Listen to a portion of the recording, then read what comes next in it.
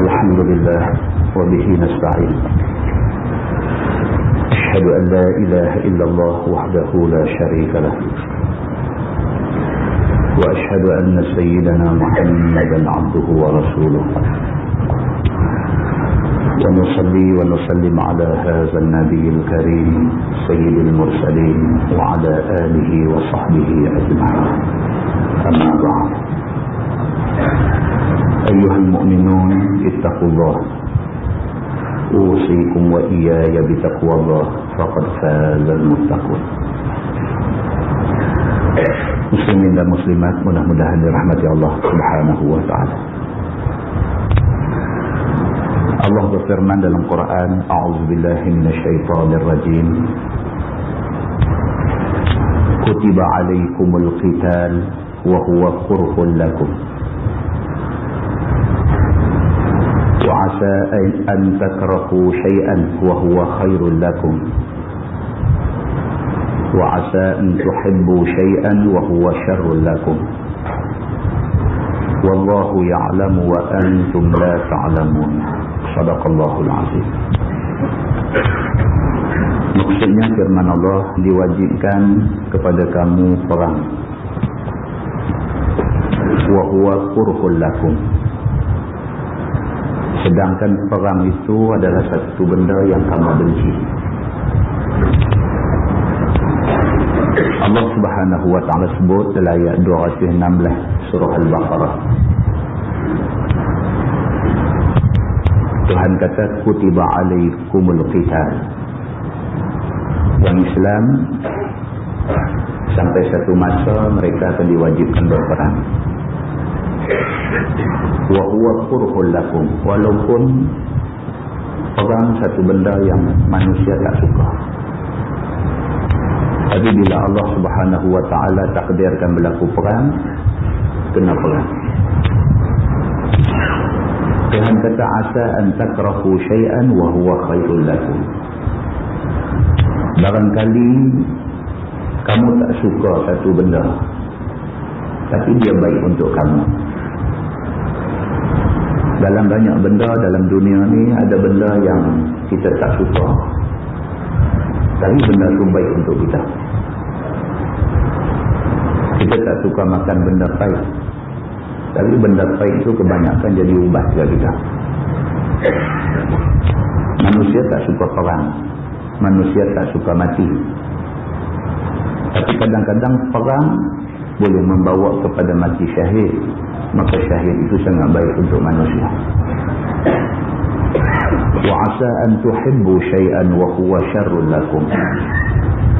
Tuhan kata, barangkali manusia suka satu benda, tapi benda tu syarrun lakum, tak baik untuk kamu. Macam itulah manusia, kadang-kadang dia suka sangat dengan satu-satu benda, tapi benda tu sebenarnya tak baik ke dia. Manusia suka jadi kaya. Kadang-kadang kaya membawa keburukan pada dia. Manusia suka kuasa. Kadang-kadang kuasa membinasakan dia. Banyak benda dalam dunia ni yang kita tak tahu sebenarnya dia baik ke tak baik untuk kita. Kita ingat baik, rupa-rupanya dia bawa buruk. Kita ingat tak baik, rupa-rupanya baik untuk kita. Tuhan kata, wallahu ya'lamu wa antum la ta'lamun. Tuhan kata, Allah Maha mengetahui, tapi kamu manusia, kamu tidak tahu. Muslimin dan muslimat yang dirahmati Allah sekalian, demikianlah yang berlaku kepada saudara-saudara kita di Iraq sama ada. Tak ada rakyat Iraq yang suka perang. Tapi dalam banyak-banyak bumi yang ada di atas dunia, di atas muka bumi ini, Allah pilih bumi Iraq untuk dijadikan medan syahid bagi orang-orang yang ikhlas kepada Allah. Dalam ayat 111 surah At-Taubah, Allah berfirman, A'udzubillahi minasyaitonir rajim. Inna Allah ashtara minal mu'minina anfusahum wa amwalahum bi'anna lahumul jannah yuqatiluna fi sabilillah fayaqtuluna wa yuqtalun wa'dan 'alaihi haqqan fit Taurati wal Injili wal Qur'an wa man awfa bi'ahdihi min Allah fastabshiru bi bai'ikumul ladzi bay'atum bih wa dzalika huwal fawzul 'azim. Shadaqallahul 'azim. Tuhan sebut dalam ayat ni, innallaha ashtara minal mu'minina anfusahum wa amwalahum. Sesungguhnya Allah Subhanahu wa taala beli orang-orang yang beriman itu, Allah beli nyawa depa, Allah beli harta benda depa, bi anna lahumul jannah, dan Tuhan bagi sebagai ganti dia syurga.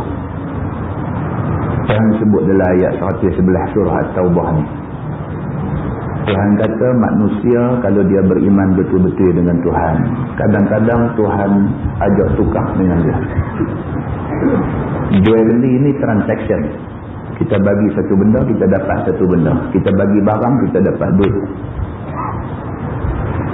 Allah Subhanahu wa taala kadang-kadang Allah pilih di kalangan orang beriman ada ni, Allah pilih untuk nak buat satu jual beli. Allah beli nyawa dia dengan harta benda dia, sebagai ganti Allah bagi syurga. Yuqatiluna fi sabilillah fayaqtuluna wa yuqtalun.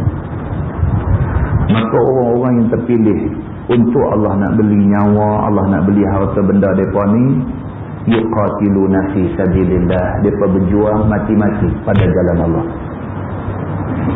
Fayaqtuluna wa yuqtalun, mereka membunuh musuh dan musuh membunuh mereka. Wa'dan 'alaihi haqqan fit Taurati wal Injili wal Qur'an. Tuhan kata itulah janji benar yang termaktub di dalam Taurat, di dalam Injil dan di dalam Quran. Janji benar. Allah kata wa'dan 'alaihi haqqan. Janji kata orang yang beriman, Allah akan beli nyawa dia, Allah akan beli harta benda dia, Allah bagi ganti dekat dia syurga. Janji Allah ni sebenar-benar. Dan Allah sebut janji ni bukan dalam Quran sahaja, bahkan dalam Taurat pun Allah sebut, dalam Injil pun Allah sebut. Wa man awfa bi'ahdihi min Allah. Tuhan kata siapa yang lebih lagi menepati janji, lebih lagi boleh menunai janji selain daripada Allah. Dalam banyak-banyak benda, banyak-banyak orang, banyak-banyak yang ada ni, bolehkah kita nak banding dengan Allah dari segi menepati janji? Manusia kadang-kadang janji tak betul. Isteri kita kadang-kadang janji tak betul. Anak-anak kita kadang janji tak betul. Kawan kita pun selalu janji tak betul. Tapi Allah Subhanahu wa taala dia sebut dalam ayat ni, wa man awfa bi'ahdihi min Allah. Siapa yang lebih baik dari segi menunaikan janji, yang dia lebih baik daripada Allah siapa? Tuhan kata bergembiralah dengan janji yang telah engkau buat dengan Tuhan, wa zalika huwal fawzul azim. Demikian itu adalah untung besar. Siapa yang berjanji dengan Allah Subhanahu wa taala, berjanji untuk dia hidup untuk Islam, mati untuk Islam. Siapa yang ada buat janji macam tu dengan Allah Subhanahu wa taala dan dia tunaikan janji itu fawzul azim, itu adalah untung besar bagi dia. Di dalam sebuah hadis riwayat daripada Anas bin Malik radhiyallahu anhu, kata dia, ghaba ammi Anas bin Nadar radhiyallahu anhu an qital Badr. Faqala ya Rasulullah, ghibtu an awwal qital qatalta al-musyrikin. La inillahu ashhadani qital al-musyrikin la yarayanna Allahu ma asna. Falamma kana yawm Uhud wa inkashafa al-muslimun فقال اللهم إني أعتذر إليك مما صنع هؤلاء وأبرأ إليك مما صنع هؤلاء. ثم تقدم فاستقبله سعد بن معاذ فقال يا سعد بن معاذ الجنة ورب النظر إني أجد ريحها من دون أحد. قال سعد فما استطعت يا رسول الله ما صنع. قال أنس فوجدنا به 89 ضربة بسيف أو طعنة برمح أو رمية بسهم ووجدناه قد قتل ومثل به المشركون فما عرفه أحد إلا أخته ببنانه. قال أنس كنا نرى أو نظن أن هذه الآية نزلت فيه وفي أشباهه. أعوذ بالله من الشيطان الرجيم. من المؤمنين رجال صدقوا ما عاهدوا الله عليه إلى آخر آية أو كما قال متفق عليه. Sahabat Nabi yang bernama Anas bin Malik radhiyallahu anhu menceritakan, kata dia, pakcik dia, pak penakan dia yang bernama Anas bin Nadar, pak penakan Anas bin Malik, nama dia Anas bin Nadar. Pak penakan dia sewaktu berlaku perang Badar, dia tak berkesempatan turun dalam perang Badar kerana hal yang tertentu. Bila Nabi SAW balik daripada perang Badar, Anas bin Nadar yang tak ikut di perang Badar ni pergi jumpa Nabi awal-awal lagi. Dia kata dekat Nabi, dia kata, ya Rasulullah, aku tak dapat ikut serta di dalam perang pertama dalam Islam, iaitu perang Badar. Aku sangat terkilat. Kalaulah sekiranya Allah Subhanahu Wa Taala takdirkan aku dapat jumpa satu perang lagi selepas ni, dia kata, demi Allah, Tuhan akan tunjuk dekat hampa apa aku nak buat dalam perang tu. Ni seorang sahabat yang bernama Anas bin Nadar. Nabi pergi perang Badar, dia tak boleh pergi sama kerana sebab yang tertentu. Dia rasa cukup ralat pasal dia tak boleh pergi dalam perang sama dengan Nabi. Perang pertama dengan Nabi, dia tak boleh pergi, dia rasa cukup ralat. Bila Nabi balik, dia mula-mula jumpa Nabi. Dia kata, ya Rasulullah, dia kata, aku rasa sangat terkilan pasal tak boleh pergi perang sama dengan kamu. Kalau ditakdirkan Allah, aku dan jumpa perang yang kedua selepas daripada Badar ni, dia kata, demi Allah, Tuhan akan tunjuk dekat hampa apa aku nak buat dalam perang. Falamma kana yaumu Uhud. Lepas perang Badar, perang Uhud. Wankashafal muslimun. Dalam perang Uhud, orang Islam menderita, hampir-hampir kalah. Tuan-tuan, kita dah dengar banyak kali perang Uhud. Nabi letak sahabat atas bukit. Sebelah bukit Uhud tu ada satu bukit, dia panggil Jabal Rummah, bukit pasukan pemanah duduk. Nabi kata dekat sahabat ni, hampa tunggu di sini, apa jadi pun jangan tinggal bukit ni. Sebahagian daripada sahabat Nabi tak boleh tahan. Lepas turun daripada bukit tu kerana nak kutip harta ghanimah yang duduk terlungguk di lembah tu. Akibat dia, wan kasyafal muslimun, orang Islam keseluruhannya menderita, hampir-hampir kalah. Faqala, dalam keadaan perang berkecamuk macam tu, Anas bin Nadar ni dia kata, Allahumma inni a'taziru ilaika mimma sana'a haula. Anas bin Nadar ni dia kata, ya Allah, aku minta ampun, aku minta uzur daripada kamu, ya Allah, di atas apa yang dibuat oleh sahabat-sahabat aku yang tak dengar cakap Nabi. On behalf sahabat-sahabat aku, bagi pihak sahabat-sahabat aku yang Nabi suruh tunggu, mereka tak tunggu, mereka turun ni, bagi pihak mereka, aku minta ampun dekat Tuhan. Dia kata, wa abra'u ilaika mimma sana'a haula, dan aku tak tanggungjawab. Dia kata, aku berlepas tangan, aku tak terlibat dengan musuh yang duk main serang ni, aku tak bersekongkol dengan musuh. Dia kata,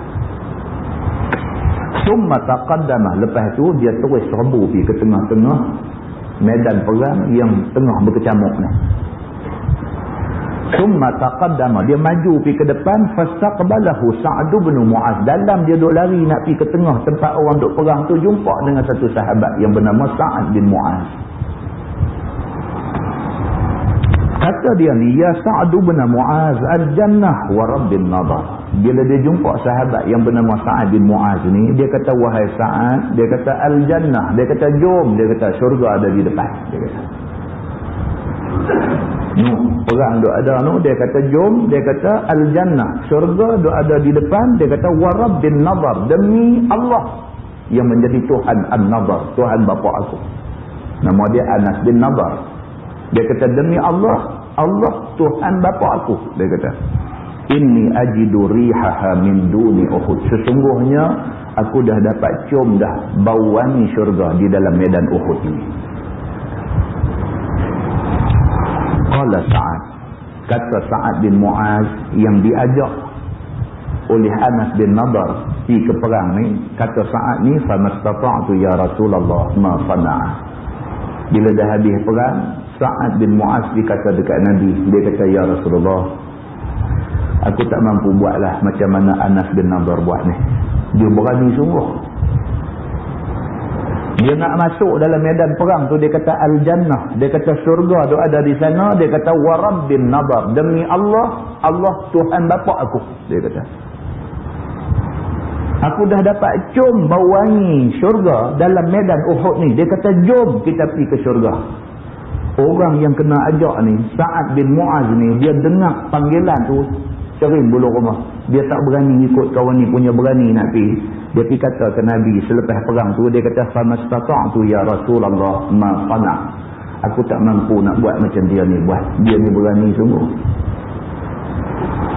Kata Anas bin Malik, anak penakan dia yang meriwayatkan hadis ni, fawajadna bihi bid'an wa thamanina darbatan bisayf wa ta'natan birumhin aw rumyatan bisahmin. Bila habis perang, kami jumpa mayat dia ni, mayat Anas bin Nadar ni, kami jumpa mayat dia dalam keadaan ada 80 liang di badan dia. 80 liang darbatan bisayf, akibat daripada tetakan pedang, wa ta'natan birumhin, dan akibat daripada tusukkan tombak, au rumyatan bisahmin, dan juga kesan lubang daripada anak panah yang tercacak di badan dia. Tidak kurang daripada samani nambah, tidak kurang daripada 80 lubang ada di badan dia.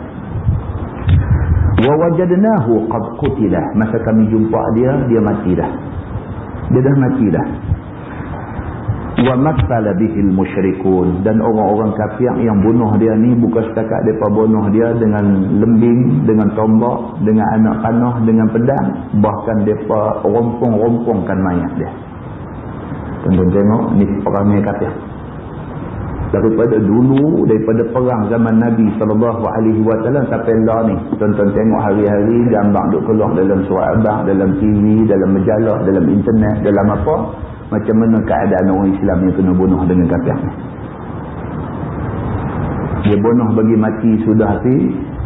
Wa matsala bihil musyrikun, yang kata orang kafir musyrik ni, dia rompong-rompongkan habis badan kau ni. Potong telinga, korek biji mata bagi keluar, turis badan bagi pecah dan sebagainya. Wa matsala bihil musyrikun.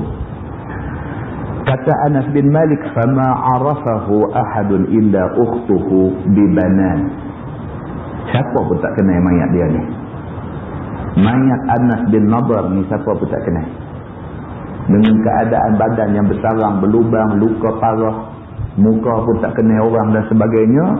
Fama arafahu ahad, siapa pun tak kenal illa ukhtuh, adik perempuan dia. Bila kita tengok, kenal. Macam mana kenal?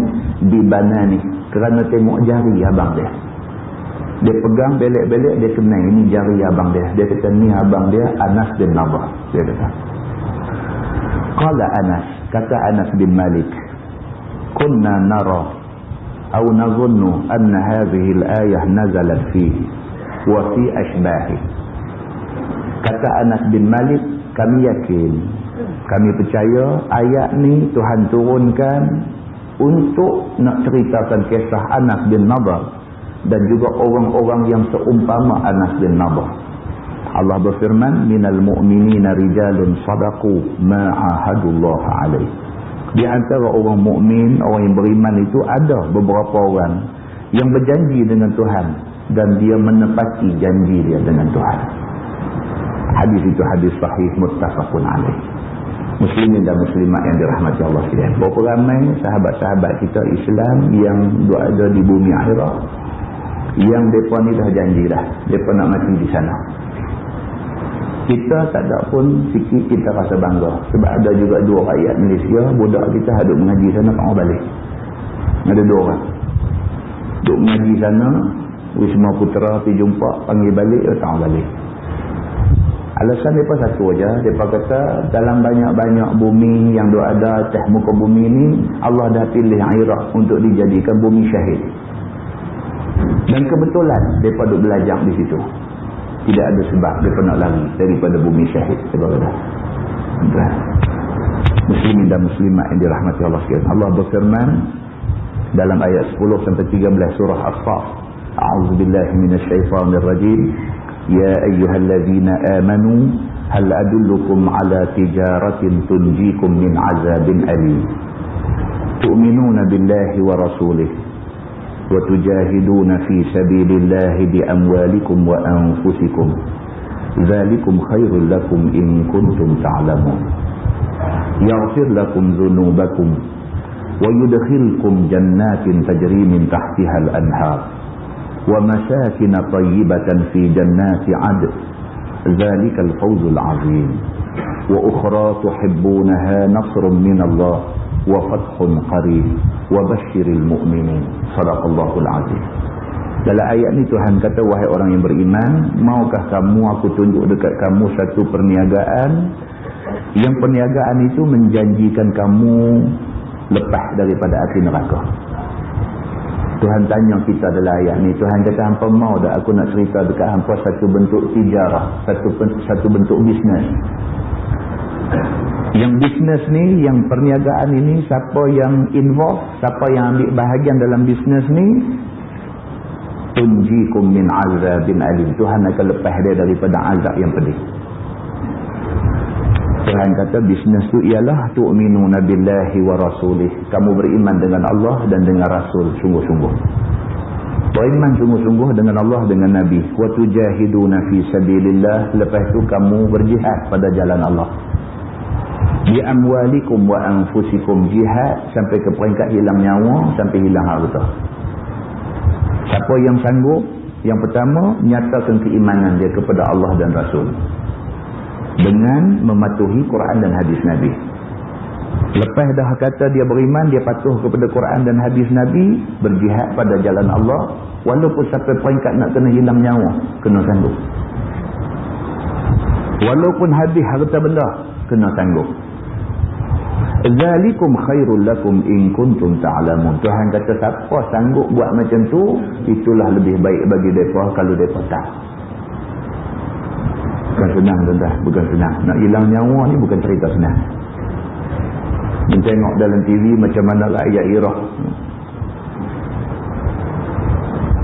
Dalam TV kemarin dulu ke apa tunjuk budak perempuan. Budak perempuan umur sekitar 11-12 tahun. Duk takbir. La ilaha illallah, la ilaha illallah. Dia duduk depan. Budak 11-12 tahun ni cerdik dah tuan-tuan. Bukan kata budak tak cerdik. Budak cerdik dah. Tapi dia nak sangat dengan syahid. Dia dah ditakdirkan Allah duduk dalam keadaan macam tu. Dia nak. Apa jadi pun dia nak. Nak sayang nyawa apa lagi? Mak mati dah, ayah mati dah. Nak sayang nyawa apa lagi? Allah Subhanahu wa taala sebut benda ni, zalikum khairul lakum in kuntum ta'lamun. Kalau hangpa tahu betul-betul, itulah yang paling baik untuk hangpa. Bahkan Tuhan kata yaghfir lakum dzunubakum. Tuhan ampun dosa kamu. Orang yang mati syahid, banyak mana dosa ada sebelum ni Tuhan ampun habis. Allah Subhanahu wa taala ampun habis. Wa yudkhilkum jannatin tajri min tahtiha al-anhar. Bahkan Allah Subhanahu wa taala janji syurga yang di bawahnya sungai mengalir, itu tempat yang akan diletakkan orang yang syahid ini. Wa masakin tayyibatan fi jannati adnin. Bahkan Tuhan janji satu rumah yang cukup selesa di dalam syurga adnin. Zalikal fawzul azim. Tuhan kata itu adalah menang yang besar.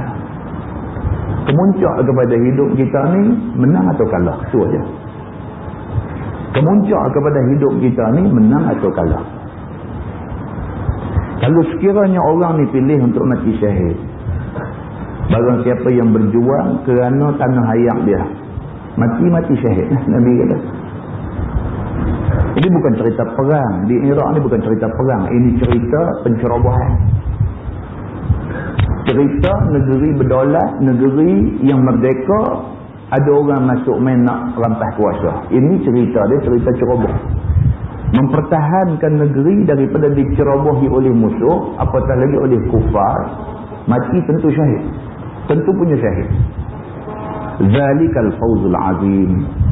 Allah Subhanahu wa taala kata itu adalah menang besar.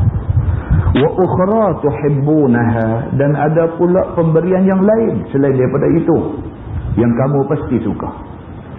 Selain daripada Allah Subhanahu wa taala janji syurga kepada orang yang syahid ni, selain daripada tu ada lagi janji yang kamu pasti suka. Tuhan kata, nasrun minallah wa fathun qarib, iaitu janji pertolongan daripada Allah dan juga janji menang yang sudah dekat. Wa basyiril mu'minin, dan bagilah berita gembira pada orang yang beriman.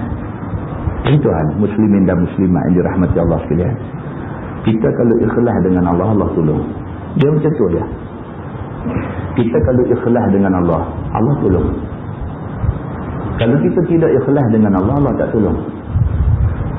Kalau kita ikhlas dengan Allah, kita memang matlamat nak cari syahid. Kalau kata rakyat Iraq ni matlamat dia nak cari syahid, itu matlamat dia. Allah Subhanahu wa taala janji nasrun minallah, pertolongan daripada Allah. Lah kita duk tengok duk main sikit-sikit. Sikit-sikit duk main. Tuhan kalau dia nak tolong lebih daripada tu, dia boleh tolong. Ada orang duk hantar SMS mai kat kita.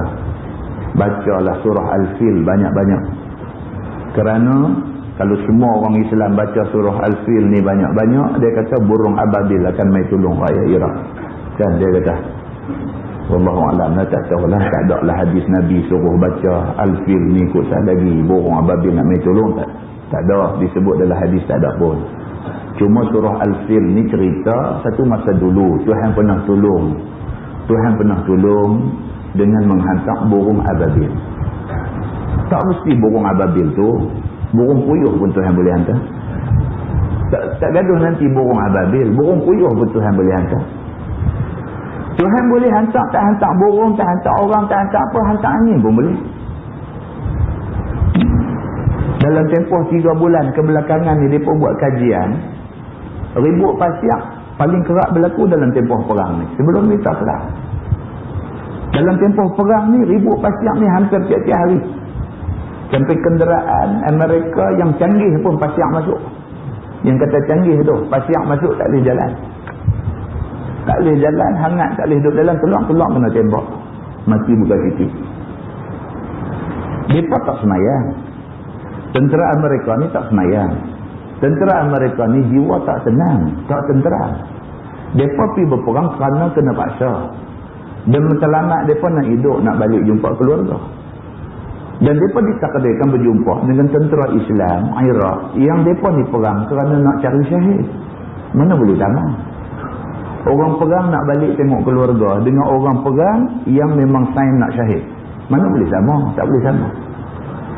Tak boleh sama. Allah Subhanahu wa taala main pertolongan sikit-sikit. Orang kampung tembak helikopter boleh jatuh. Ni apa cerita?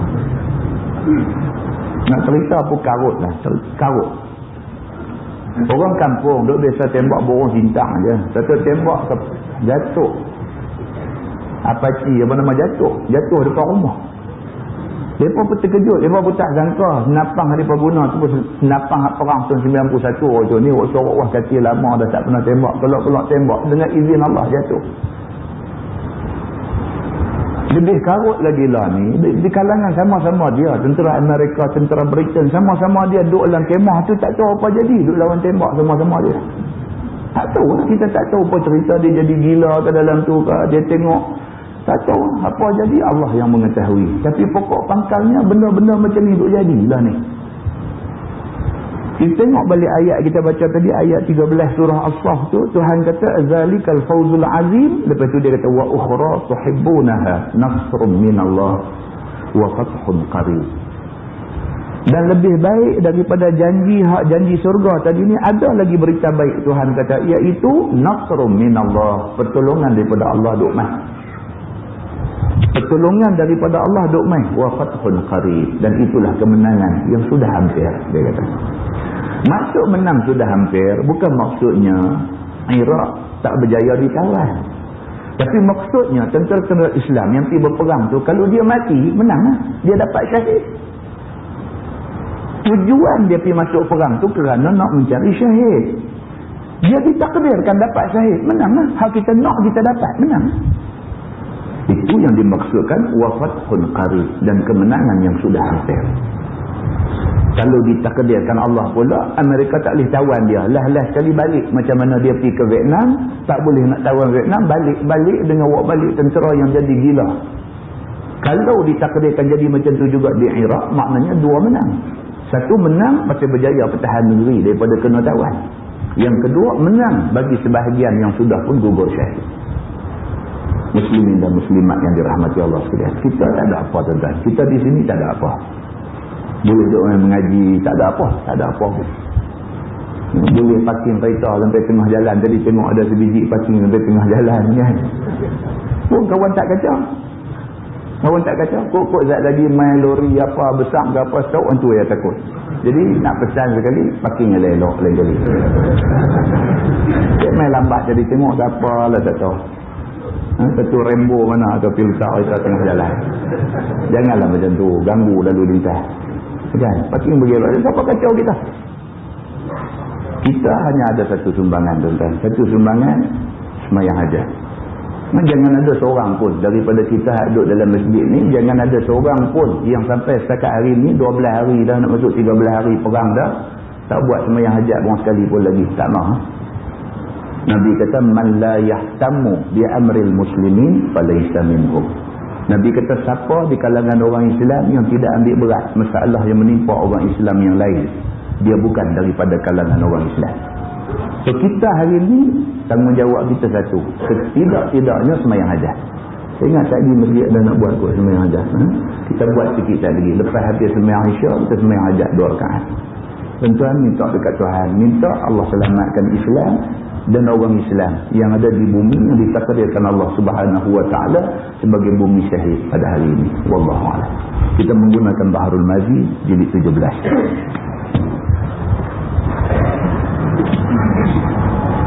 Muka surat 189. Muka surat 189 bab man salimal muslimuna min lisanihi wa yadihi, iaitu bab pada menyatakan orang yang sejahtera Islam yang lain daripada lidahnya dan daripada tangannya. Kita nak tengok satu tajuk malam ni. Orang Islam yang sebenar-benar Islam ialah orang Islam yang jaga lidah dia daripada mencederakan maruah orang Islam lain. Dan orang Islam yang sebenar-benar Islam adalah orang Islam yang jaga tangan dia daripada bagi sakit orang Islam yang lain. Itu orang Islam, kata Nabi SAW. Ketahuilah saudaraku, sesungguhnya orang yang sempurna Islamnya dan lebih tinggi derajat Islamnya, iaitulah orang yang sejahtera lidah dan tangan dia daripada menyakitkan orang. Sempurna Islam kita kalau kita tak bercakap benda yang menyakitkan hati orang Islam lain, maka Islam kita sempurna. Bermula dalil yang menunjukkan yang demikian ialah hadis yang dikeluarkan oleh Imam At-Tirmizi. Kata dia an Abi Musa radhiyallahu anhu qala su'ila Rasulullah sallallahu alaihi wasallam ayyul muslimina afdal, qala man salima al-muslimun min lisanihi wa yadihi. Diriwayatkan daripada seorang sahabat Nabi SAW. Nama dia Abi Musa al-Ash'ari. Kata dia telah ditanya orang akan Nabi SAW. Siapakah daripada orang-orang Islam yang lebih utama dan lebih tinggi derajatnya di sisi Allah? Bila didengar oleh Nabi SAW akan pertanyaan orang itu, lalu sabda Nabi, bermula orang yang lebih utama dan lebih tinggi derajat di sisi Tuhan ialah orang yang sejahtera orang Islam yang lain daripada lidah dan tangannya. Sahabat tanya Nabi, dalam ramai-ramai orang Islam ni siapa yang paling baik?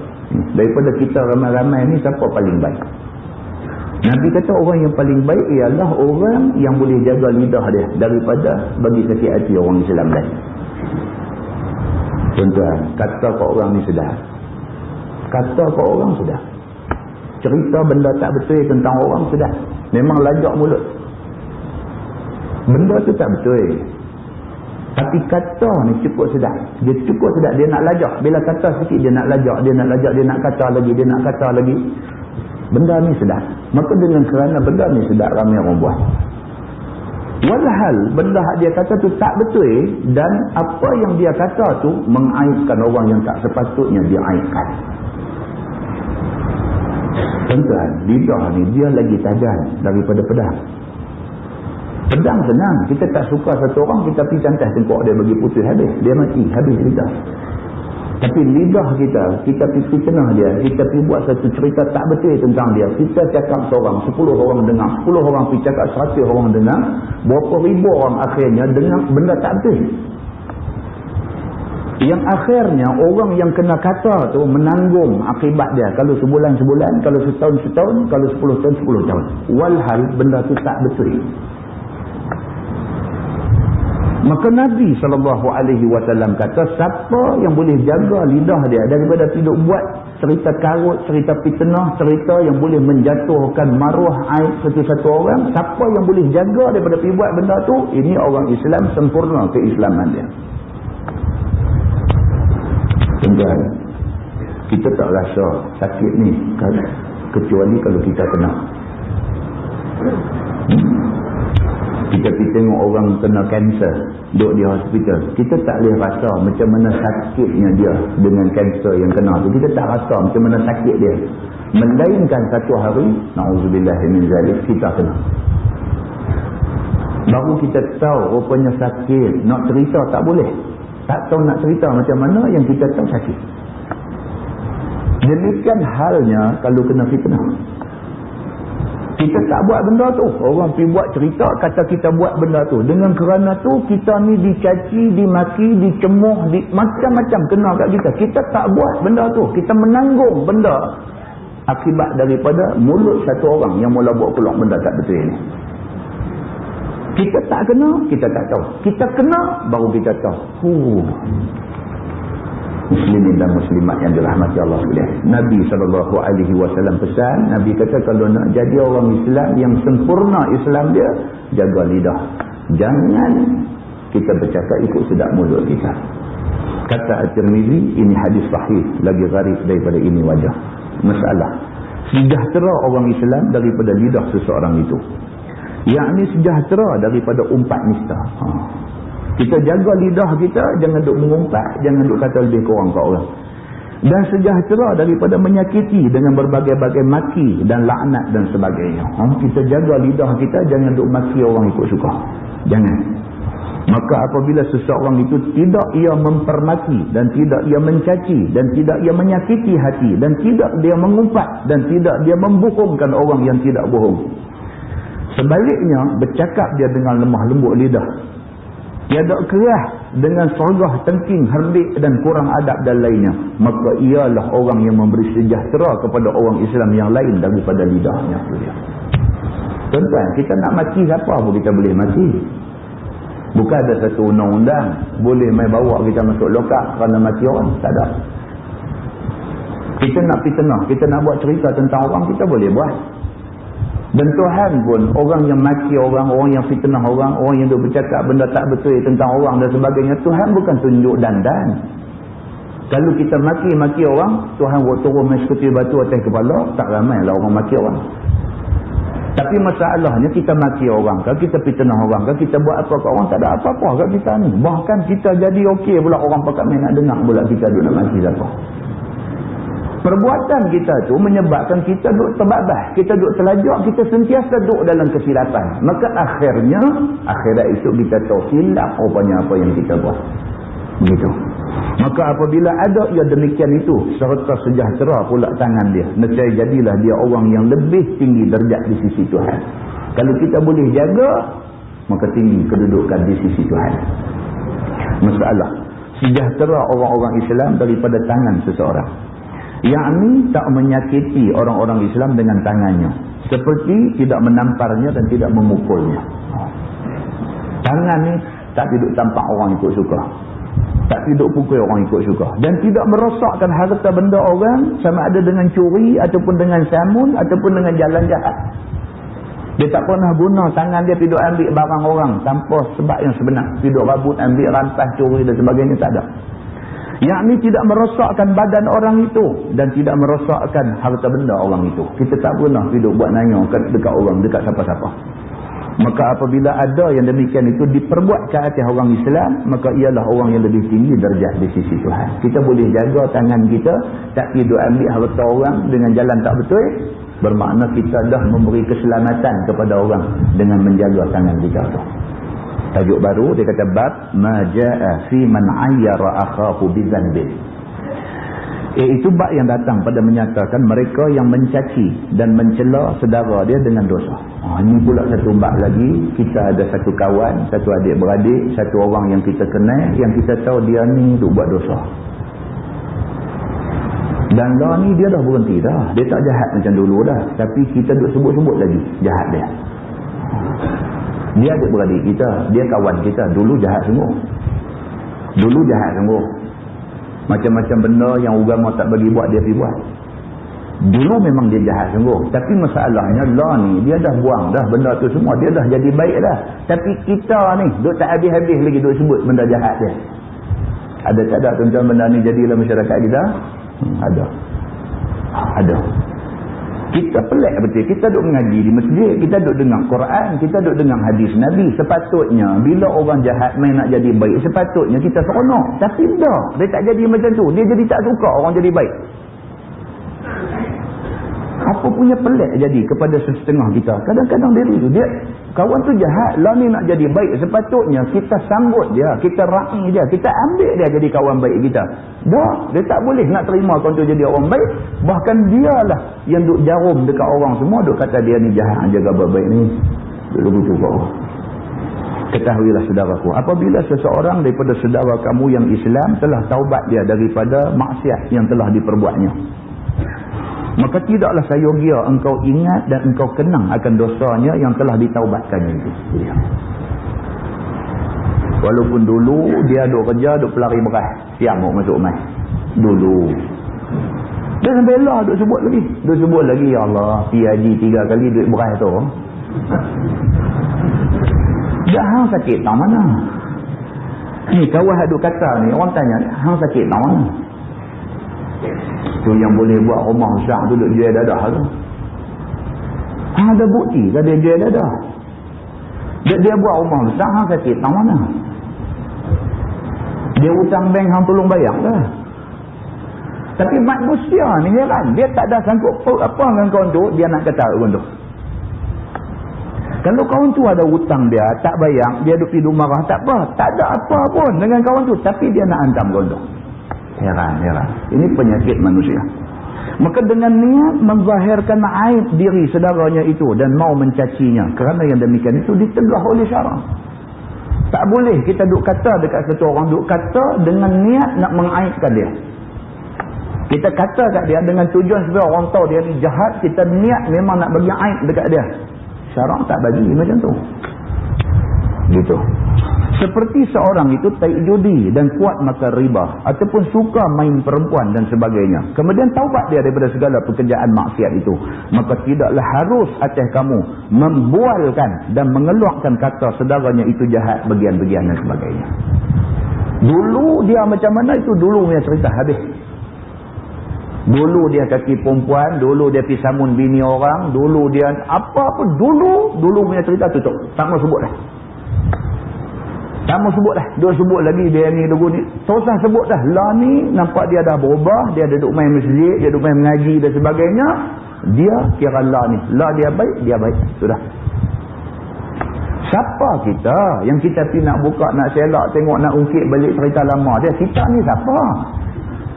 Allah Subhanahu Wa Ta'ala, Tuhan yang ada syurga dan neraka, Tuhan yang boleh memberi pahala dan dosa, Tuhan pun boleh terima taubat dia. Kita ni siapa? Tak mau nak terima dia nak jadi baik. Itu ceritanya. Maka sekarang kita telah nampak tidak memperbuatnya lagi. Lah dia tak buat dah benda-benda tu. Tetapi tidaklah boleh dipercaya akan dia itu lagi. Tidak kata ke orang, walaupun lah dia tak buat apa jaga baik, dia ni dulu penyamun ni. Tak boleh lah tidak kata lagu tu. Tidak habang ke orang. Sekarang kita nampak tidak memperbuatnya. Tapi abang orang dia kata lah ni betul lah, tak nampak dia buat. Tapi dia kata jaga baik-baik. Tidaklah boleh kita percaya akan dia itu lagi. Jangan percaya lagi. Dia kata ni bukan boleh harap ni kaki ni. Dia abang ke orang. Kerana sesungguhnya pun nampak ia tidak berbuatnya, nanti diulangnya pula. Dia abang pula ke orang. Allah anjing. Ni pun anjing. Kok mana pun dia tukar pun. Allah. Hang boleh percaya ke? Dia kata, apa hari nak jadi baik? Aku kenal dia daripada hidup buat cerita lagu tu. Cerita kita tu merosakkan orang yang sudah niat nak jadi baik. Kita pergi buat rosak. Tak akan ia boleh berhenti langsung. Hidup abang korang tak boleh berhenti. Berhenti 3 kali dah dia nak coba buat lagi. Gitu. Kerana ia orang yang sudah biasa berlumuk dengan busuk dan makan bangkai. Tetapi tak lama lagi diulangnya pula. Dia abang ke orang dia ni Allah. Boya dengan bangkai ni Allah cakap lah. Untuk sedap kata ke orang ni sedap. Macam-macam perkataan kita boleh guna nak bagi sedap. Kan? Macam orang kata makan mi rebus. Mi rebus saja pun kalau kuah sedap dah. Dia rampai buah kacang sikit. Bawang goreng dia tabung sikit. Limau nipis, limau kasturi boleh hidup perah sikit. Satu macam punya cabai Melaka jeruk pula main buah depan. Itu semua tu nak tambah tai lah. Kan? Tambah tai. Hak dia kata tu sedap lah. Dia tambah lagi sikit kok ni, sikit kok ni, kok bawah sikit, kok atas masuk sikit. Dia jadi sedap. Sedap bukan sedap dia ada bercakap saja. Kau hak dengar pun sedap. Macam-macam perkataan kita boleh guna nak bagi sedap. Kan? Macam orang kata makan mi rebus. Mi rebus saja pun kalau kuah sedap dah. Dia rampai buah kacang sikit. Bawang goreng dia tabung sikit. Limau nipis, limau kasturi boleh hidup perah sikit. Satu macam punya cabai Melaka jeruk pula main buah depan. Itu semua tu nak tambah tai lah. Kan? Tambah tai. Hak dia kata tu sedap dah. Dia tambah lagi sikit kok ni, sikit kok ni, kok bawah sikit, kok atas masuk sikit. Dia jadi sedap. Sedap bukan sedap dia ada bercakap saja. Kau hak dengar pun sedap. Bahaya tuan-tuan. Ini kerja bahaya. Ini kerja bahaya. Ini kerja bukan habis atas dunia habis. Ini cerita akhirat nak kena jawab. Begitu. Maka engkau berkata demikian itu cukup dengan kafat nak menghina dan nak membusukkan dia. Apatah lagi kita hidup bercakap nak perburuk orang ni dengan niat nak hina dia, dengan niat nak pelingkup dia. Itu tujuan kita. Maka yang demikian itu tiada seorang berbuat akan dia, melainkan berbalik ke atas yang mencaci dan mencela itu memperbuatnya pula. Tu dia. Dia kata jaga baik-baik. Orang yang dia buat kerja macam ni, esok benda ni makan diri dia. Dia kata. Ialah balasan daripada Allah Subhanahu Wa Ta'ala kerana mencaci orang yang sudah bertaubat. Itu dia. Tuhan akan balikkan apa hak dia kata tu, akan balik mai kat dia. Dia akan buat benda hak dia duk kata tu. Dan bukan kerana mencela. Bahkan qasad, niat hati nak ambil iktibar dan nak memecutkan supaya kuat bertaubat. Sebaliknya, kalau dia habang tu dengan tujuan supaya orang boleh ambil iktibar. Tanpa menyebutkan nama batang tubuh orang tu dan sebagainya, dia cuma sebut. Dia kata janganlah, dia kata ni cerita duk minum arak ni semua tak bagus. Pasal apa? Ayat Quran kata macam ni, hadis Nabi kata macam ni. Dulu dia buat cerita. Dulu ada satu kes, satu orang dia ni lagu ni, tak saya sebut siapa-siapa, tak saya sebut. Akhirnya apa jadi kat dia? Cerita tu dibuat dengan tujuan supaya orang dapat yang iktibar daripada cerita tu. Tak perlu sebut batang tubuh siapa orang yang berkenaan. Maka yang demikian itu tidak apa. Dia kata kalau cerita tujuan nak ambil yang iktibar, tak apa. Orang tahulah kita cerita ni tujuan nak menghina orang ke ataupun tujuan nak ambil yang iktibar. Orang yang dengar tahu. Dengar, oh dia tak sebut siapa-siapa. Tapi orang yang dengar fahamlah siapa dia nak kata. Faham. Tapi tak sebut nama siapa-siapa. Faham ambil, okey, sedikit yang iktibar dapat. Begitu. Baik, bermula dalil atas tegah mencaci saudara yang telah taubat daripada dosa yang diperbuatnya itu ialah hadis yang dikeluarkan oleh Imam At-Tirmizi. Kata dia an Muaz bin Jabal radhiyallahu anhu qala Rasulullah sallallahu alaihi wasallam man 'ayyara akhahu bi dhanbin lam yamut hatta ya'malahu. Qala Ahmad min dhanbin qad taba minhu. Diriwayatkan oleh seorang sahabat Nabi sallallahu alaihi wasallam. Nama dia Muaz bin Jabal radhiyallahu anhu. Kata dia telah bersabda Nabi sallallahu alaihi wasallam. Siapa yang mencaci saudara dia yang sama-sama Islam dengan dosa yang telah diperbuatnya dulu, seperti dikatakan ke mukanya, kamu orang jahat, kamu tai judi, kamu orang kuat main perempuan dan sebagainya. Padahal orang itu sudah taubat daripada segala pekerjaan maksiat itu. Nescaya tidak mati orang yang mencaci itu, melainkan ia memperbuat seperti yang dicaci saudaranya itu. Ya. Dia pergi kata dekat orang tu, dia kata terjai. Dia kata hang ni memang tak guna, jahat, macam-macam. Dia sumpah teranah, dia maki hamun, dia cerca habis-habisan. Sedangkan orang yang dia kata tu dah pun bertaubat. Dah pun tunjuk dia dah ada permulaan ke arah yang baik. Tapi dia duk gasak lagi. Nabi SAW kata apa? Nabi kata lam yamut hatta ya'malahu. Dia tak akan mati. Ni orang haduk maki, haduk caci ni, dia tak akan mati melainkan setelah Tuhan bagi dia buat benda hak dia duk maki tu. Dia duk kata dia ni tai arak, tai betina, tai apa, sebelum dia mati dia pergi jadi tai arak, dia pergi jadi tai betina. Pasal apa? Pasal dia dah memaki satu orang yang sudah bertaubat. Maka dengan kerana tu Allah balas balik apa yang dia kata, kena ke batang tubuh dia. Itu hadisnya. Kata Imam Ahmad, daripada dosa yang sesungguhnya telah bertaubat ia daripadanya. Kata At-Tirmizi, ini hadis gharib. Untuk ambil yang tibat. Ambil yang tibat. Itu sebab kadang-kadang kita tengok dalam masyarakat kita ada jadi benda macam ni. Ada. Takut kita tengok. Kawan-kawan kita satu masa dulu sama semangat dengan kita, main masjid mengaji, pergi dengar ceramah sana sini dulu. Macam kita. Masa tu semua orang tak betul. Atau lepas 2 tahun kita tengok dia duk pergi buat benda hak dia duk marah orang buat dulu. Mata kita dah tengok benda ni banyak dah jadi. Kita tengok-tengok, kata dia ni dulu dah elok, dah buat lah jadi macam ni. Kena muhasabah. Pasal apa dia jadi macam ni? Kena muhasabah balik. Bila kita cek balik, jumpa hadis macam ni. Pasal apa? Pasal dulu dia menghina orang. Dia mencaci orang dengan niat nak menghina orang. Walaupun orang tu sudah bertaubat, orang tu dah tak buat dah benda jahat, dia duk hina kawan tu sampai kawan tu ni jadi macam kain buruk lap kaki. Dia punya hina kawan tu sampai tak ada harga diri. Tengok-tengok benda tu makan balik diri dia. Dia pula pergi buat benda dia duk hina tu. Na'udzubillah min dzalik. Itu sebab tuan-tuan, dalam Islam apa pun kena ikhlas. Kalau kita tak berkenan satu orang buat benda tak betul, kita tegur dia, bukan nak hina dia. Kita tegur, kita nak dia tukar benda tak betul bagi jadi betul. Tak ada niat nak menghina dia. Tak ada niat nak menjatuhkan maruah dia. Kita nak dia berubah jadi orang baik. Itu matlamat dia. Kalau itu matlamat kita dalam nak menegur orang, Allah bantu kita. Benda tu tak makan diri kita. Bab ma ja'a fil bala' ala izhari syamatati li akhik. Iaitu bab yang datang pada menyatakan hadis yang menunjukkan kena bala dengan sebab menzahirkan suka kena bala bagi saudaranya. Ni pula satu tajuk lagi. Kalau kawan kita kena bala, kena musibah, kena satu-satu benda ke atas dia, kita piduk seronok, kita kata pada muka biar dia kena habis. Tindakan kita piduk seronok kerana bala menimpa kawan kita tu akan membawa satu akibat yang tidak baik pada kita. Cuba kita baca. Ketahuilah saudaraku, telah banyak jadi orang yang busuk hati. Dia kata, itu dia. Kita tengok kita ni. Telah banyak jadi orang yang busuk hati. Dan banyak berlaku ke atas seseorang itu sukakan saudaranya turun bala. Ada banyak, dia kata, dalam masyarakat ni orang busuk hati. Dia tengok orang senang sikit, dia nak racun lah. Dia tengok orang bagus sikit, dia nak buat cerita lah. Dia tengok orang tu okey sikit, dia nak fitnah lah. Tak ada apa pasal pun. Semata-mata kerana busuk hati je.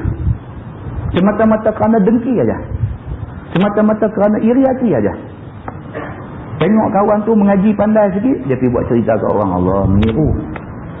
Meniru tu, dia kata Allah mengaji dengan saya tahulah dia tak mana yang boleh dapat meniru. Buat cerita. Pasal apa yang dia pergi buat cerita macam tu? Pasal apa? Pasal busuk hati je, bukan ada apa pun. Kawan tu tak pernah buat apa kat dia, tapi dia busuk hati kat kawan tu. Buat cerita.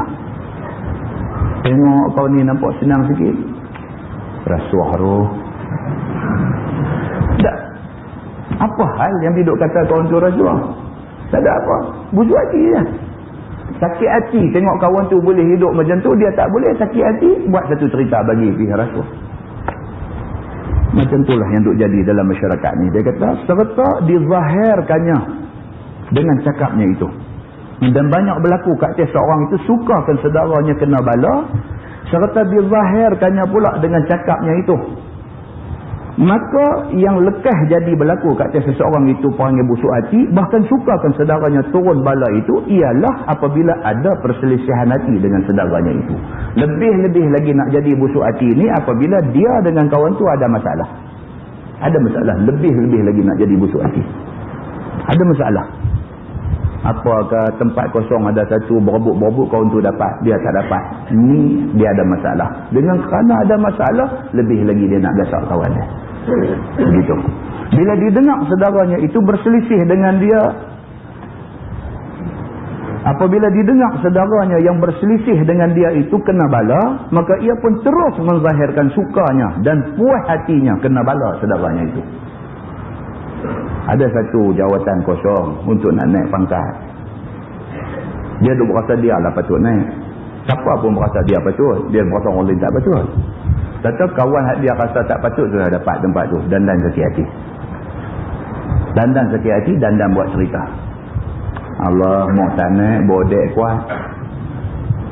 Buat cerita. Cerita-cerita macam ni pula dia cukup sesuai dengan hati orang yang dengar ni. Bodek dia lah. Jahanam kawan tu. Baru 2 minggu naik duduk jawatan baru, naik pangkat, baru 2 minggu kata aksiden. Jadi macam mana kah? Dandan. Bukan dia nak simpati kawan tu aksiden, dia pergi kata pula, ada tak betul tang-tang mana lah tu. Tuan, benda ni jadi dalam masyarakat kita. Jadi adalah tak betul tang-tang mana tu. Kalau kita buat zalim ke orang ni lagu tu lah.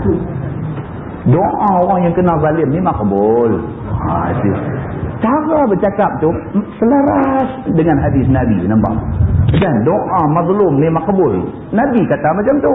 Tapi betul ke kawan tu buat zalim ke orang, maka dengan kerana tu dia aksiden? Betul ke? Betul. Tapi itu soal lain. Dia pergi masuk tu. Dia pergi masuk, dia kata Allah buat zalim ke orang. Orang yang kena zalim ni doa makbul, bukan ada hijab dengan Tuhan. Benar. Sesuai dengan kawan dengar ni. Dia kata aku tak sangka dia tu macam tu. Tuan-tuan, kawan tu tak ada pasal-pasal. Dia dapat jawatan tu rezeki dia. Tak timbul soal bodek soal apa. Kalau bukan dia naik, orang lain naik pun orang buat cerita kata bodek juga. Dia dapat rezeki. Itu rezeki Tuhan nak bagi kat dia. Kemudian kemalangan yang kena dekat dia itu musibah yang Allah timpakan dekat dia sebagai ujian untuk dia. Cerita sebenar dia macam tu. Tapi cerita hadut jadi dalam masyarakat lagu lain. Semua orang yang terlibat dalam buat cerita ni, depan Allah kena jawab. Oh, dia bukan habis cerita habis tentu. Semua ni depan Allah kena pergi jawab itu. Muslimin dan muslimat yang dirahmati Allah. Dan dikatanya, mana tak patut kena bala. Aku dilawannya berkelahi. Kata aku tidak didengarnya. Larang aku tidak dipedulikannya. Aku dimarahnya. Dan aku dipermakinya. Bahkan aku dipukulnya dan sebagainya. Oh, dia kata macam mana tak kena. Orang macam aku dia boleh buat. Dia berasa dia siapa pula tu. Orang macam aku ni dia boleh buat. Dia. Aku larang dah dulu ni tak mau dengar. Aku nasihat dah dia buat tak heran. Pukul aku pula. Aku pergi duduk nasihat dia kata dia pukul aku pula. Padan kena dah lah ni. Dia pergi cakap ke orang macam tu. Dan telah berlaku juga sukakan saudaranya kena bala itu daripada seorang yang berperangai pendengki. Dan kadang-kadang juga orang yang dengki.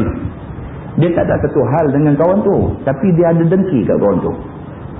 Zu fadlin. Nabi kata zu fadlin maksudnya orang yang memiliki kelebihan. Biasanya didengki oleh orang lain. Itu biasa Nabi kata. Bila ada satu kelebihan daripada orang lain, adalah orang lain yang nak dengki dekat dia. Kadang-kadang bukan ada satu hal orang tu dengan dia, tak ada satu hal, cuma dia dengki kat kawan tu saja. Maka dengan kerana dengki dia buat main cerita-cerita yang akhirnya bila kawan tu kena bala dia sonok. Bala ni tuan-tuan makna dia ujian. Bala ni makna dia ujian.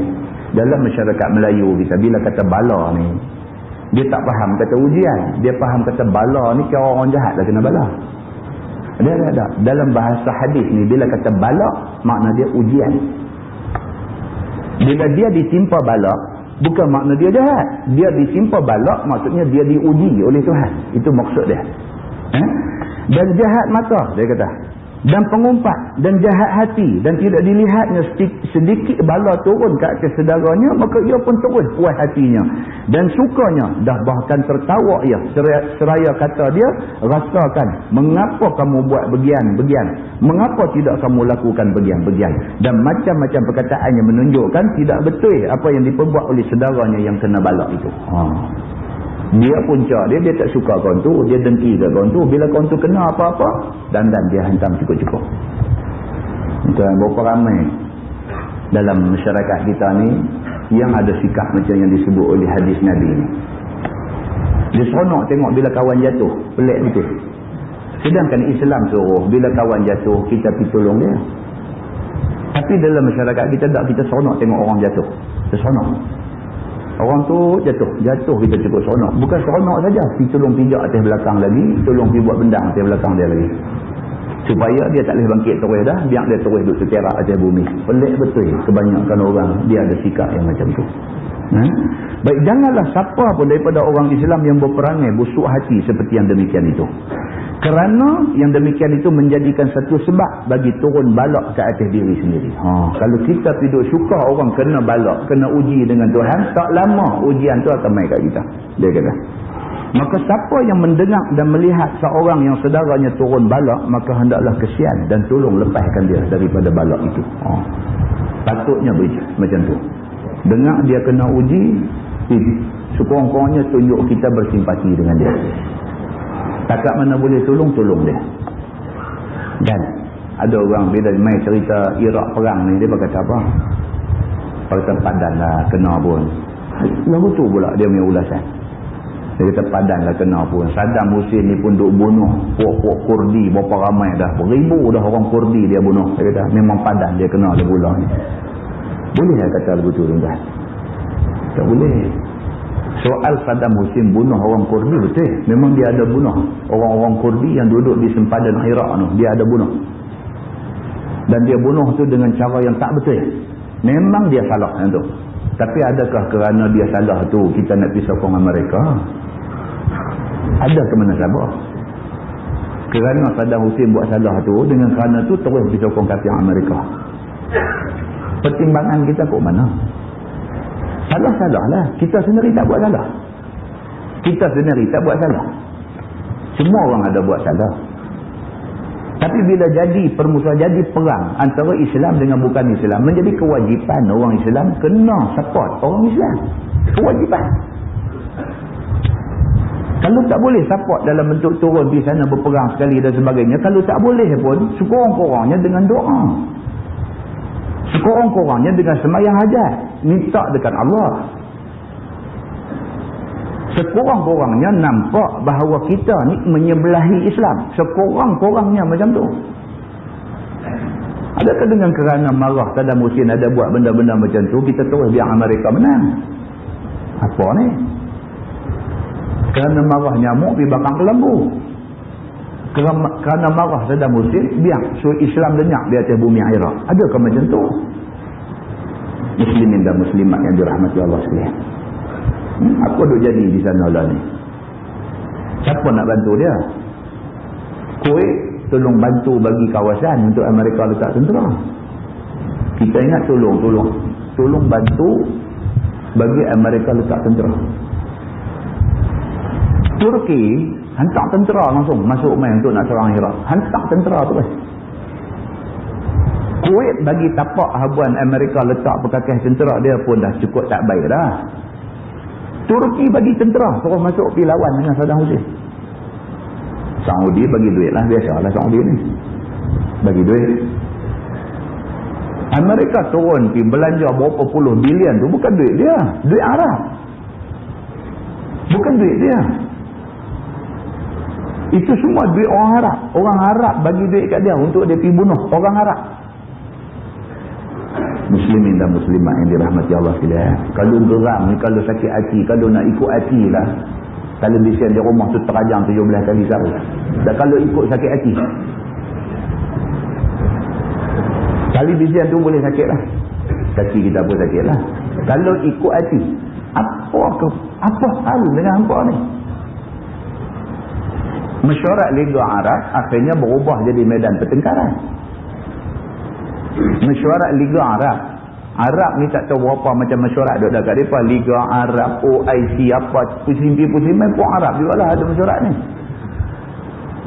Atas apa nama sekalipun, nama Liga Arab ke, nama OIC ke, nama apa ke, apa mesyuarat sekalipun masuk pergi jadi perang sama-sama dia. Perang mulut. Start dengan Iraq bangkit cabar Kuwait, sekali Kuwait bangkit dia balas balik, sekali lagi Libya bangkit balas balik Kuwait, sekali lagi Mesir bangkit pertahan Kuwait. Tuan, orang Amerika mengikuti mesyuarat-mesyuarat ni, mereka ikuti. Macam mana mereka ingat? Dia gelak. Sama ni dia kata tak apa tak apa kan.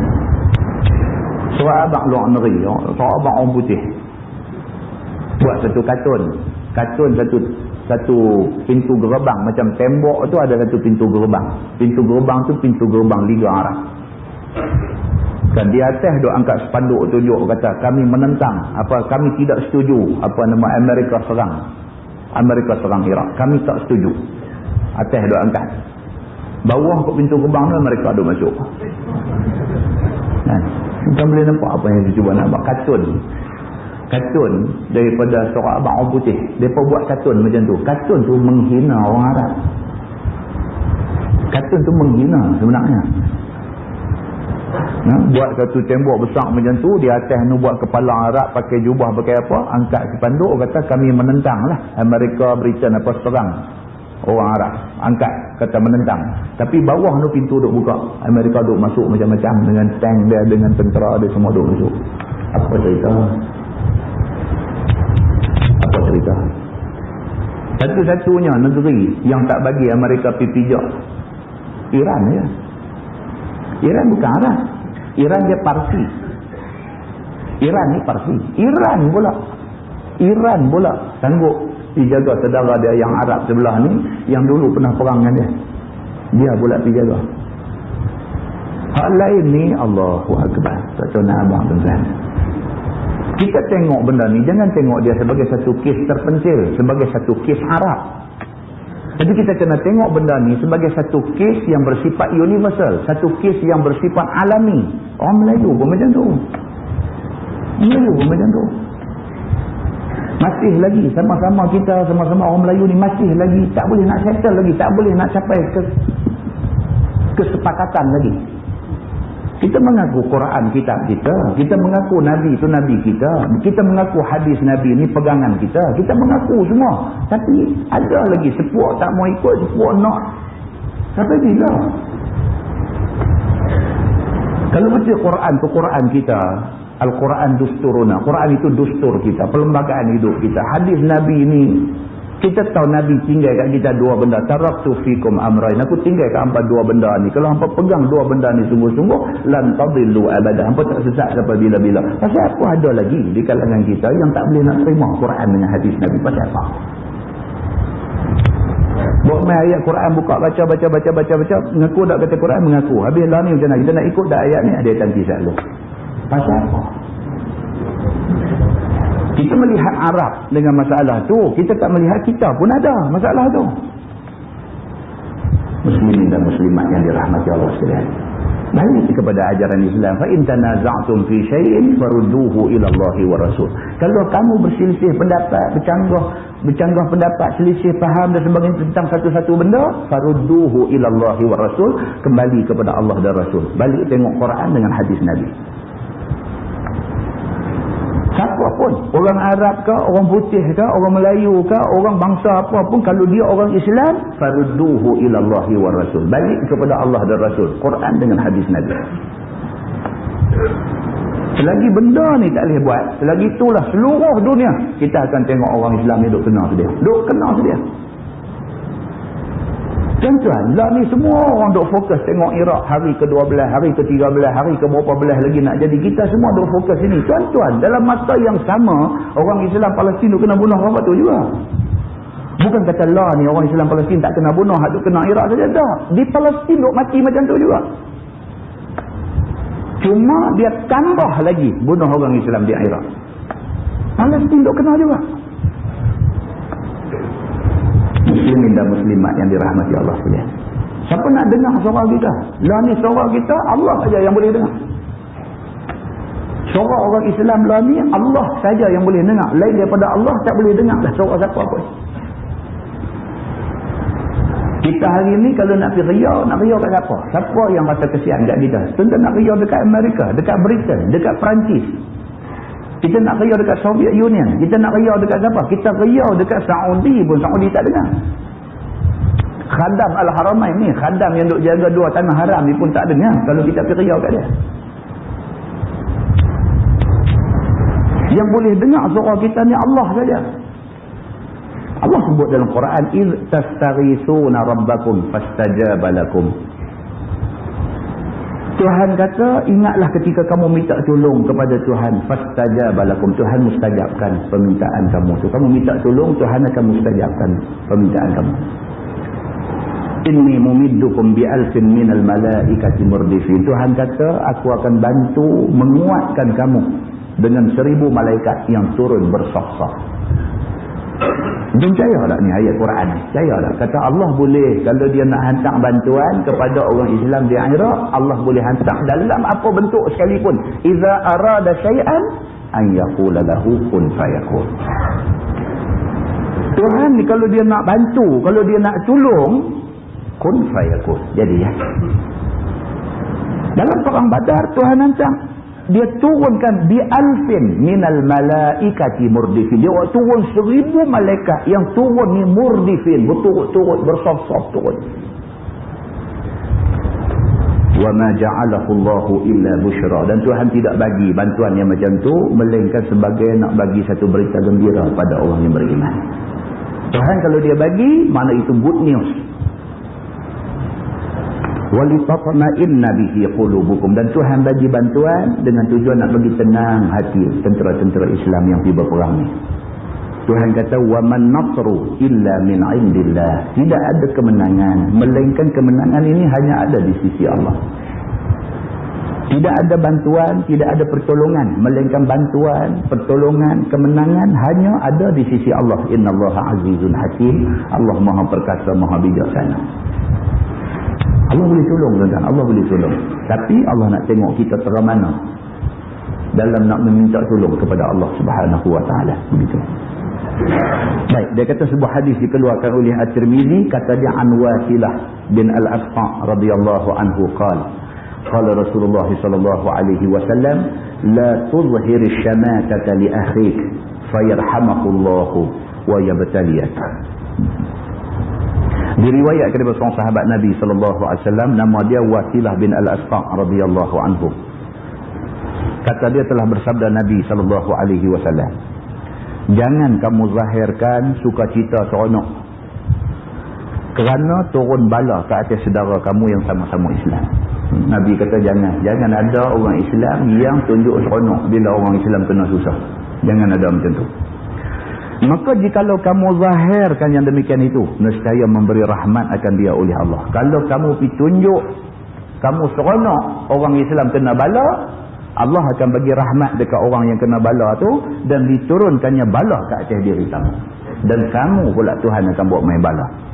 Kata At-Tirmizi, ini hadis hasan lagi gharib.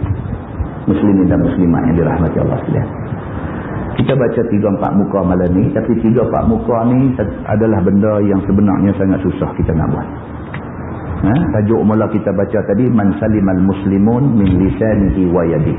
Orang yang boleh jaga mulut, boleh jaga tangan daripada bagi sakit saudara dia yang sama-sama Islam. Ini orang Islam sebenar-benar. Jaga mulut dia. Merasa lagu nak hina orang, tahan. Salah. Aku ni kalau mana sangat aku nak hina orang. Tahan bang.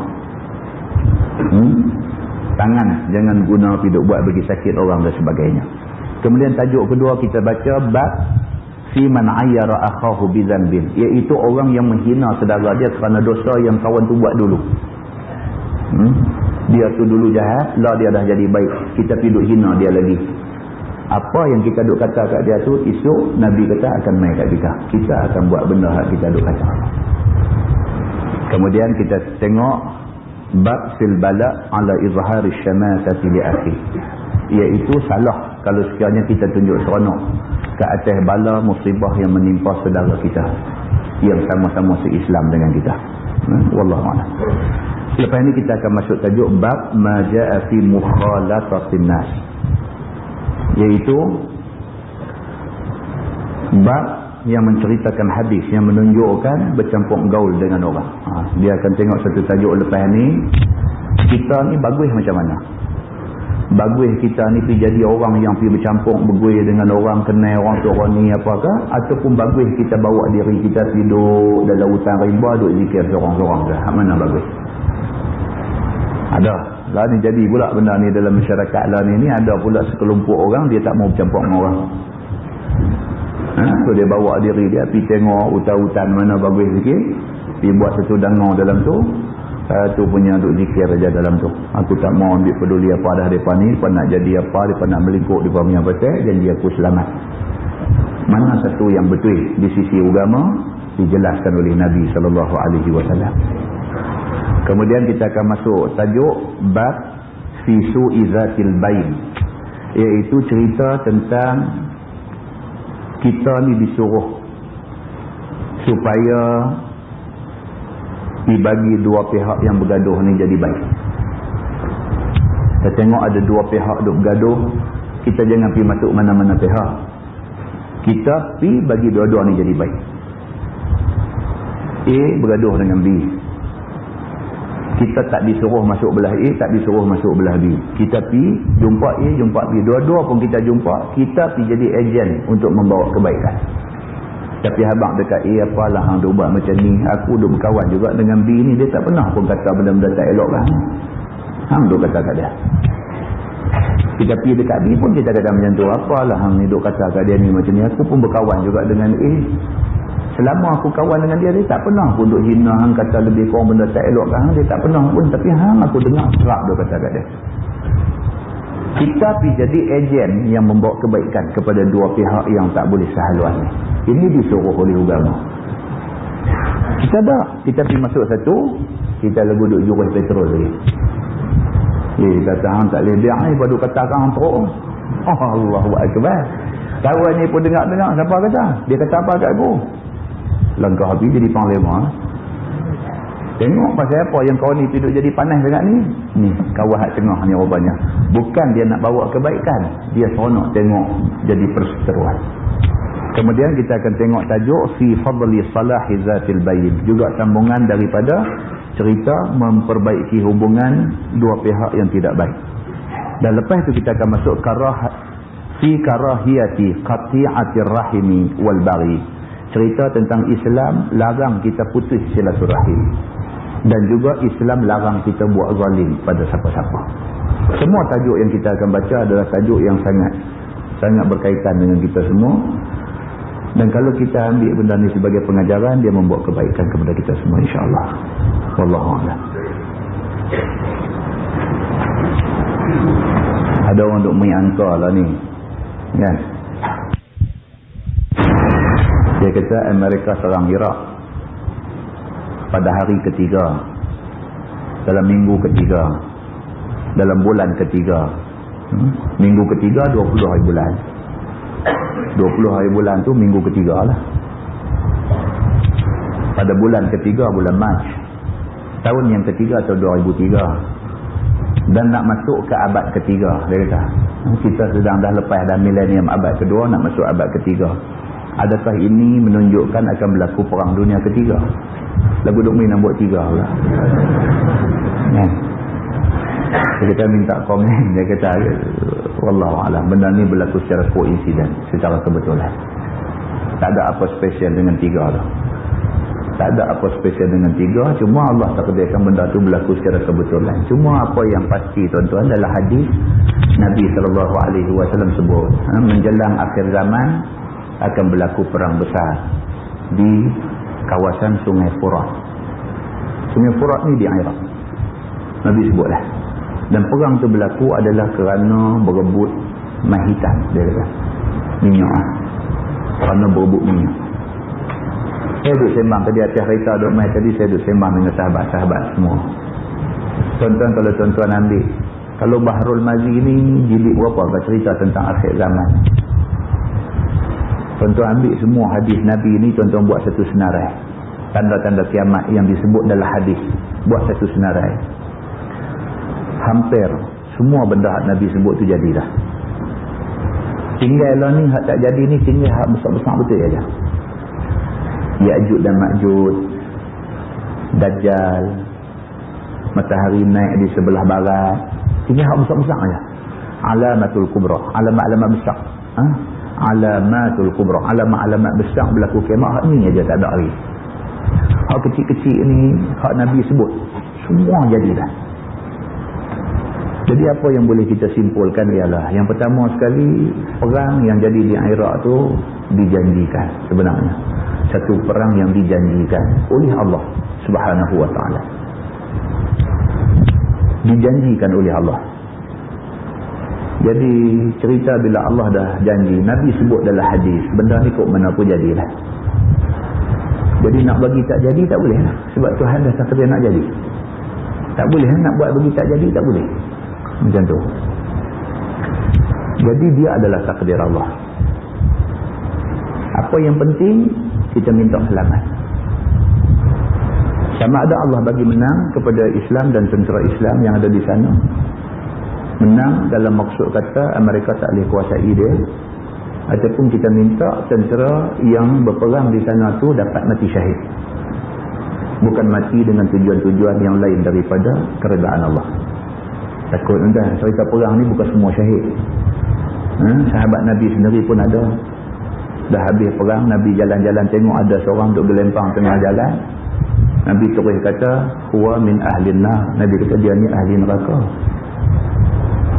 Sahabat terus kata dekat Nabi, ya Rasulullah, dia ni tadi masa perang tengah duduk rancak tadi, dia di antara orang yang sangat berani, sentiasa marah ke depan.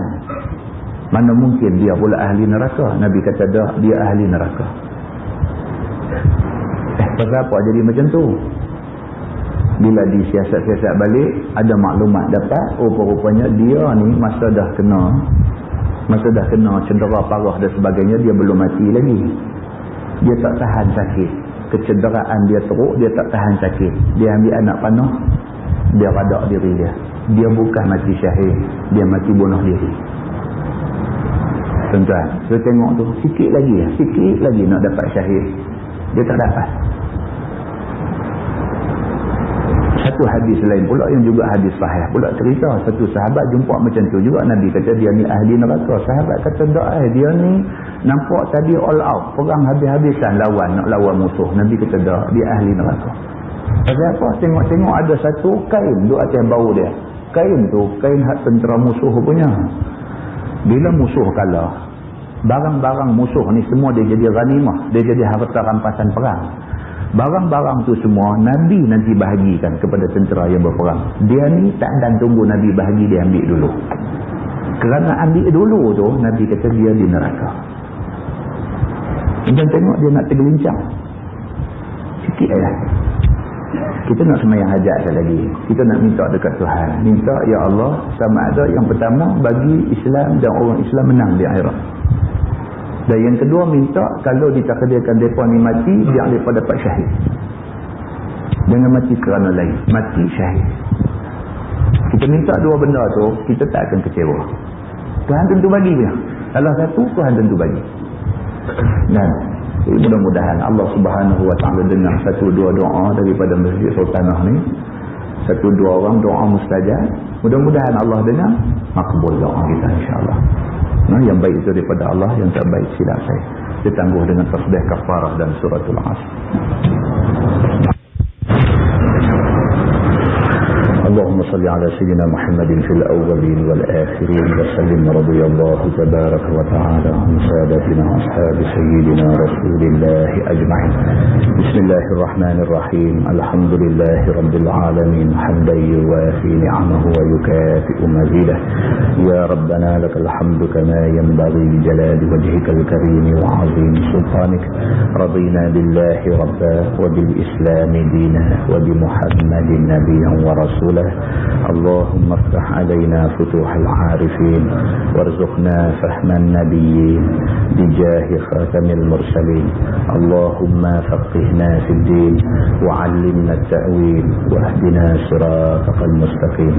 اللهم أرنا الحق حقا وارزقنا اتباعه وأرنا الباطل باطلا وارزقنا اجتنابه. اللهم اجعل جمعنا جمعا مرحوما وتفرقنا من بعده تفرقا معصوما. وصلى الله على محمد وعلى آله وصحبه وسلم والحمد لله رب العالمين. السلام عليكم.